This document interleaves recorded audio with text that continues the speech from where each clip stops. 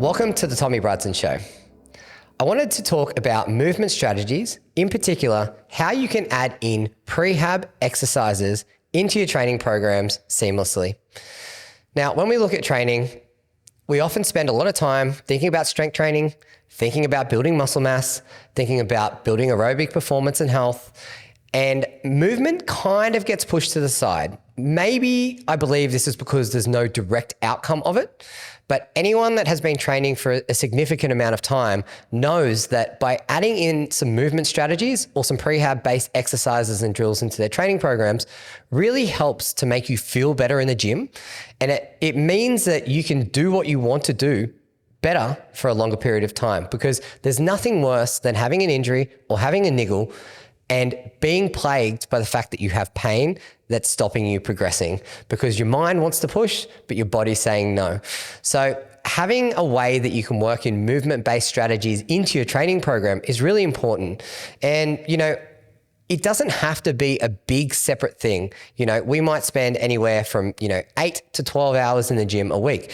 And it doesn't need to be a big complex strategy, and it can seamlessly work into your training week and your training programs, providing you have a little bit of structure around it. So, I think first things first is let's just talk about movement and prehab-based drills. So, when you start in the gym, often the thing that you need, aka strength training, building muscle mass, once those qualities develop and they simmer a little bit, you then start to build tension points in your body. And over time, your body becomes really good at using those tension points to create stability for yourself. So let's just say your hip flexors. Say you have really dominant quads and you squat a lot and your hips become really tight over time, your quads become really tight over time. If you don't address that or if you don't offset that, there's going to become a point in time where you're either going to get sore hips, sore knees, or sore back because you've built up so much tension. Now, the tension that you have there isn't necessarily bad. It's just tension that has created stability for you during your training. So we need to have these prehab or movement-based strategies in your training program to allow you to offset some of the training load that you do. Now, how I would approach this is as you start to get better and better at training, or you get, stronger, or you build more muscle mass, your system has to get better of how you actually add it into your training program. So that is why I believe movement and movement strategies are so important, because it keeps you doing what you want to do longer. Now, how you want to do it is when you look at your training week, you've got an opportunity to add movement into your warm-up, into your cool down, or sometime during that day period. So there's a couple of different ways that you can look at it. If you're quite time poor and the only time that you have to do any sort of movement-based strategy is your training session itself, you're either going to add it into the front or the back of your training session so that it's all condensed within that training program itself. You can also add exercises and drills in between exercises that you're doing instead of having a rest period during the training session. So you might have a 2 or 3 minute break between a set of deadlifts, and in between those sets of deadlifts, you add in a drill there. Now we're going to break this out a little bit more, but that's just a strategy that you could use. So you can use your training session to be really effective with your time.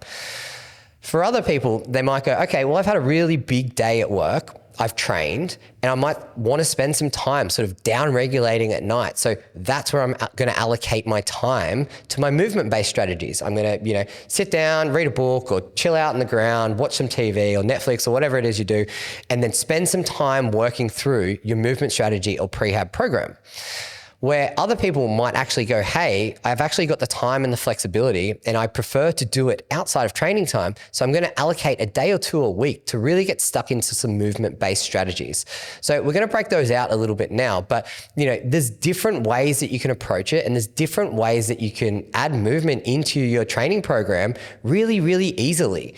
I am a really big fan of active movement strategies into your program, not just passive, because at the end of the day, we're in the game of movement. We're moving a lot. We're shifting a lot of ton and volume and tonnage every single week. So by default, we need to offset a little bit of that. So I'm a really big advocate of having some movement, some stretching, some mobility into your actual programs, just to make sure that you can keep doing what you like and keep making the progress that you're doing, along the way. There's nothing worse than being plagued by injuries. So let's have a look at a couple of these strategies now and break it out and show you just how you can really simply add it into your training programs.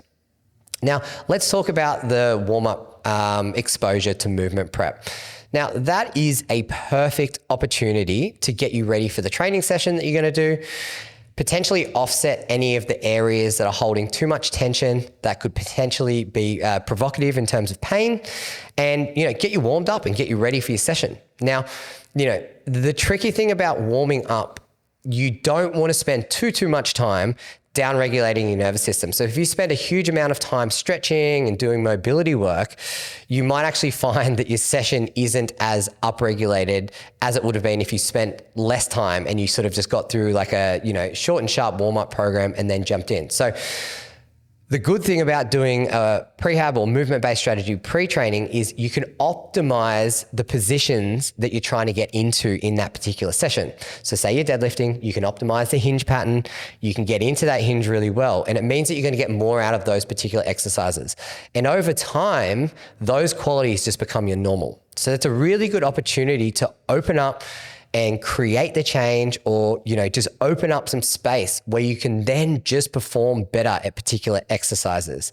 Now, if you have a lot of exercise that you need to do, like say for instance, you have some mobility-based drills that's going to allow you to get into this hinge position better, then you might actually have some stability-based drills that you want to have to also then bring up some of the weak areas. Now, a really good option for this is to have them as a pairing drill. So say for instance, I did a set of deadlifts and then I had a 3 or 4 minute break. I could add in a stability-based dead bug or an exercise that I feel that I need that's going to add value to the deadlift itself or to my system in general. And you can add that in between instead of just taking a 3 to 4 minute break. You could literally just do a set straight after you've done your deadlifts, and then you could take a 2 minute break still and then crack on with another set. So, the stability or the upregulating base drills that you're doing, they're really not that fatiguing. They're just adding some input in the system, creating some awareness and creating some stability in areas that you need it. So because they're not that fatiguing, you can add them into your training sessions as fillers or as, additional exercises in between exercises that you're doing. So you have the strategy at the front where you can sort of optimize the position that you're trying to get into and be very specific to the actual training program that you have in front of you. And then you can use filling based exercises in between your actual exercises in the training program itself. Now, say for instance, we'll keep it on the theme of deadlifts. Say for instance, you were doing a hinging based pattern, but you had a shoulder injury going on. You can go and then do some shoulder mobility work. You can do some shoulder mobility drills without actually taking away from your deadlift as well. So just because you're doing a lower body based movement, it doesn't mean that you can't then go off and do, an opposing muscle group or an opposing prehab strategy. So that is also a strategy within a strategy. You could do a lower body day, but then do upper prehab as fillers in between your actual exercises themselves, and then vice versa. So it's a really easy way to get really constructive with your time in the gym, but also, working towards maintaining really good movement and structural balance. Then as a cool down style process, it's a really good idea to sort of, get into a habit of just down regulating your nervous system post training. Even if that is just, getting on the bike and spinning your legs a little bit, doing a little bit of diaphragmatic breathing, jumping on a foam roller, rolling out the areas that you have really put in high use in that particular session. And it's not so much the act of the actual foam rolling itself. It's actually just the down regulating of your nervous system. So you can also then pair in some movement-based strategies into that actual session itself. And you can pair in movement-based strategies which will allow you to continue to offset some of that training load that you've done from that training session. And then you walk away from that particular training session feeling so much better. And then also don't carry that tension into the subsequent day or night. So that is another area that you can put these movement-based strategies into your actual training programs themselves. Now, that kind of wraps up like the pre-training, the post-training, the intra-training. Now, for other people, like I said before, it's, some people like to keep it as a completely different strategy, a completely different day to the actual training process itself. So they'll come in and they'll say, hey, I want to have a whole day dedicated to prehab. Now, that's a really good opportunity because what you can do is you can come in, you can do some aerobic training, which is a really good thing to do on your off training days. And then you can, you're nice and warm, you're nice and limber, and then you can jump into your movement-based or prehab-based exercises. So you can then, whilst you're warm, spend some time working through mobility, working through your stretching drills, and then circuit through a few different exercises which are going to complement the areas that you're trying to upregulate. So, if you spent, say 30 or 45 minutes doing some aerobic training, and then you jump into these exercises, you could probably get in and out of the gym in just over an hour's time.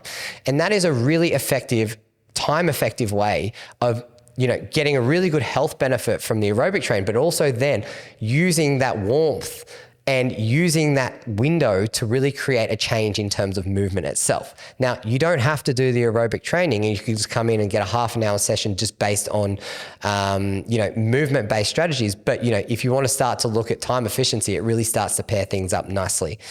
Now, for a lot of people, they want to get in and out of the gym as quick as possible. Fully understand that. And they may not have any other time to dedicate a separate day to actually just doing movement-based strategies. Now, where you can then look to optimize things is potentially in your nighttime routine. Spending some time at night, if you're a parent, once your kids have gone to bed, or if you are just, normally you would spend some time binging out, watching some TV. You could swap that up with just laying on the ground and, spending some time doing some mobility, working through, some trigger point stuff in areas that need work, and then move into some stretching and some drills that are going to upregulate areas. So, you can do some home-based stuff as well. So back when I was competing in powerlifting, for instance, I used to spend time at the end of my workday, at the end of my uni day, at the end of my training sessions at night, just spending some time, not being too crazy specific, but just spending some time just giving back to my body. Now, this is also a perfect opportunity to down-regulate yourself from, the stresses of the day, the work, the content that you've, been putting into uni, or whatever your situation is. It's a perfect opportunity to offset that amount of work and put yourself in a position that you're going to have a really good sleep, and then you can wake up the next day feeling really good. And this is a great strategy for someone that does train very early in the morning, because early morning sessions, quite often, they're kicking off at 5 or potentially 6 o'clock, and, getting up, trying to get hydrated, trying to get some food in the system before your training session is probably going to be more of a priority than getting up and jumping on a foam roller and doing some movement-based strategies. So they're probably going to take more priority than that. So you're probably not going to have time to do it unless you have enough time in your actual training session to then allocate, which if you're training first thing in the morning, the reality is you probably don't have that much time first thing in the morning. So you're probably getting a training session and then getting on with your day. So I would actually look at using a strategy where you do a lot of your stuff the night prior. Now, is there going to be the argument of this is there going to be a direct carryover into my training? Not necessarily in terms of I've just created length and now my mobility and my positioning is going to feel better first thing in the morning, but it's not necessarily just about that.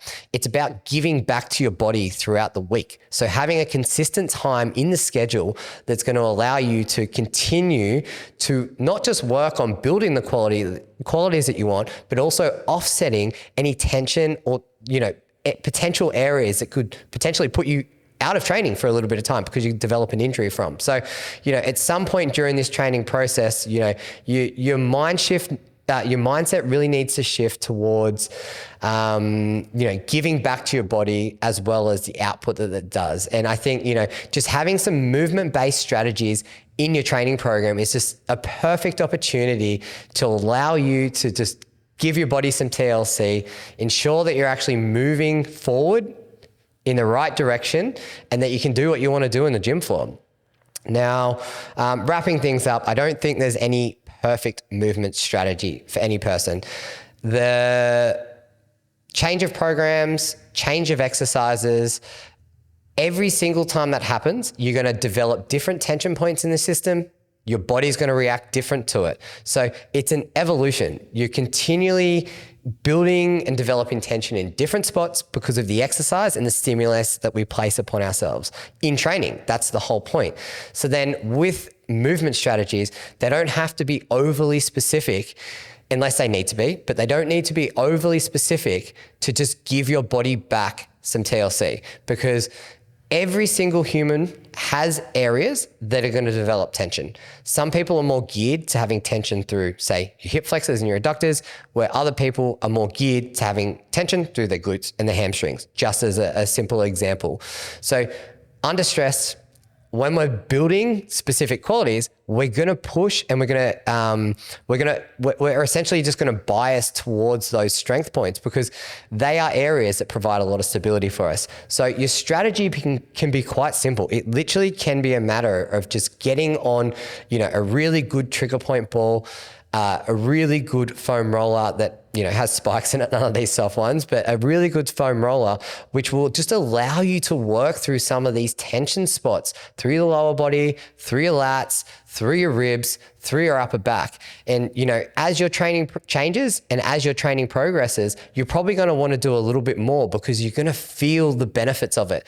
You're going to feel days where you don't do it versus days when you do it. And, quite often when you get into a flow of things, when you come into the gym, you can feel the difference. Like when you get into a particular exercise, you're like, wow, I feel really restricted. I feel like I'm fighting myself a little bit to actually get into this particular position. So it's like the easiest way for me to not have that whole dialogue internally is just spending a little bit of time offsetting this tension that we have in the system so that you can come in, you fight yourself less, and you feel better in your training sessions.